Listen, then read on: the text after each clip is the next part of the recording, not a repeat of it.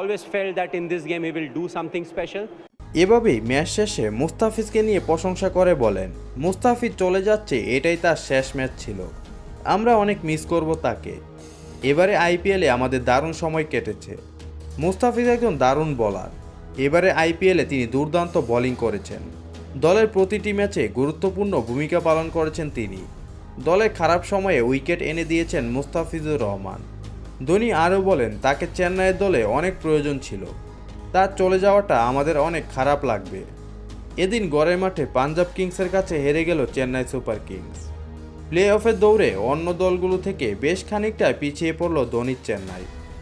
অন্যদিকে টানা 2 ম্যাচে জয় পেয়ে প্লে অফে খেলা আসা এখনও জাগিয়ে রাখল পাঞ্জাব। এদিন বুধবার টস জিতে বল করার সিদ্ধান্ত নেয় পাঞ্জাব। পাওয়ার প্লে শেষ হতেই লাগাতার উইকেট হারাতে থাকে চেন্নাই সুপার কিংস। বিশ্বকাপের দলে সুযোগ পাওয়ার পরদিনই গোল্ডেন ডাক মারেন শিবম দুবে। অধিনায়ক ঋতুরাজ গায়কোয়াড় এক প্রান্ত থেকে ইনিংস গড়তে চেষ্টা করলেও অন্য প্রান্ত একেবারে সাহায্য পাননি। তবে 163 রানের লক্ষ্য তাড়া করতে গিয়ে বিশেষ অসুবিধায় পড়তে হয়নি পাঞ্জাবকে। পাওয়ার প্লেতে প্রভ সিমরন আউট হয়ে গেলেও ব্যস্ত ইনিংসের হাল ধরেন। শেষ দিকে চেন্নাইয়ের বোলাররা চেষ্টা করলেও জয় অধরায় থেকে গেল চেন্নাই সুপার কিংসের। 10 ম্যাচে 10 পয়েন্ট নিয়ে প্লে অফে ওঠার লড়াই আরও কঠিন করে ফেলল চেন্নাই।